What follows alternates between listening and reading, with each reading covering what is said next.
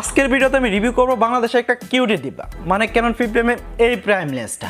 এটাকে বলা হয় বাংলাদেশের একটা কিউটি ডিব্বা, কারণ এটা দিয়ে ভালো মানের ফটোগ্রাফি এবং খুব ভালো মানের ভিডিওগ্রাফি দুটোই করা যায়, মানে একের ভিতর দুই।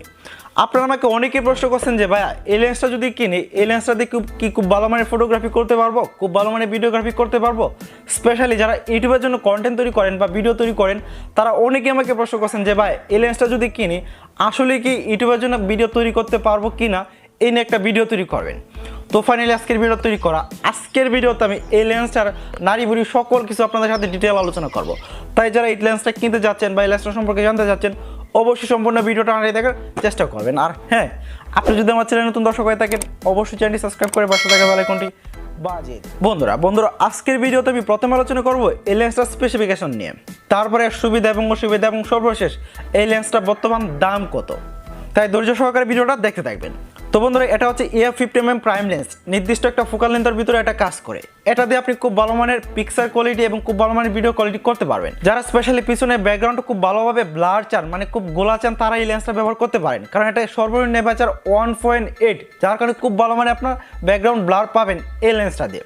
আরও কিছু স্পেশাল সুবিধা আছে, সেটা হচ্ছে বন্ধুরা এই লেন্সটাতে কিন্তু আপনারা আউটডোর বা ইনডোর সব জায়গাতেই সমান তালে ফটোগ্রাফি বা ভিডিওগ্রাফি করতে পারবেন। EF লেন্স হওয়ার কারণে এটা দিয়ে আপনারা ইনডোরে, মানে যেখানে আলো কম, সেই জায়গাতে কিন্তু খুব ভালো মানের শার্পনেস পাবেন, খুব ভালো ফটোগ্রাফি বা ভিডিওগ্রাফি করতে পারবেন ইনডোরে স্পেশালি। তবে এই লেন্সের কিছু একটা খারাপ দিক আছে, সেটা আমি ভিডিও শেষের দিকে গিয়ে বলবো। আর এই লেন্সের কিছু পিকচার সিম্পল আপনাদেরকে ভিডিও শেষের দিকে দিয়ে দেবো, যেন আপনারা আরেকটু ভালোভাবে বুঝতে পারেন। তো এবার বলা যাক এই লেন্স দিয়ে যারা ভিডিওগ্রাফি করতে চান আসলে তারা কীরকম সুবিধা পাবেন, বা ফটোগ্রাফি করতে চান তারা আসলে কী ধরনের সুবিধা পাবেন বা কী ধরনের ফেসিলিটি পাবেন।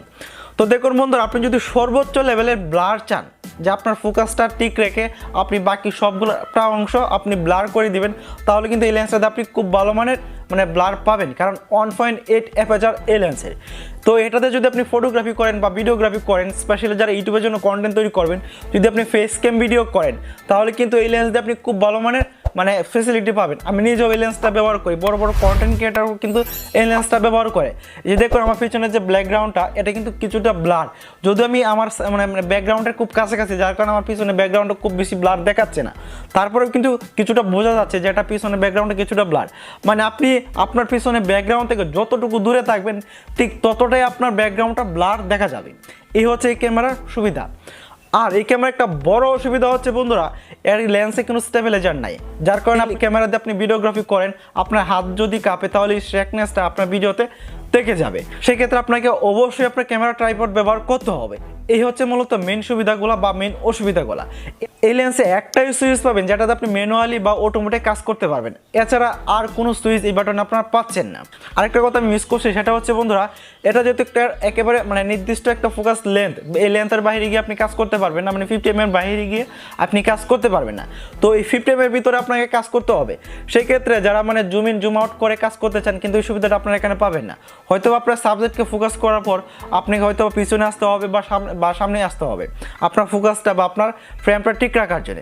এই একটা অসুবিধা। স্পেশালি যারা ইউটিউবার হতে চান তারা কিন্তু এই লেন্সটা আপনি চয়েস করতে পারেন।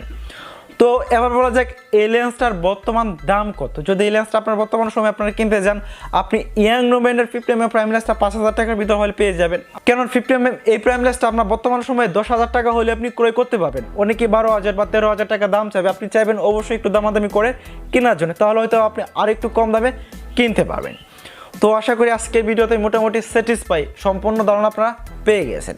তো আজকের ভিডিও যদি ভালো লাগে অবশ্যই একটা লাইক করে দিবেন, আর যদি চ্যানেলটা সাপোর্ট করতে চান অবশ্যই চ্যানেলটি সাবস্ক্রাইব করে পাশে থাকা বেল আইকনটি বাজিয়ে দেবেন।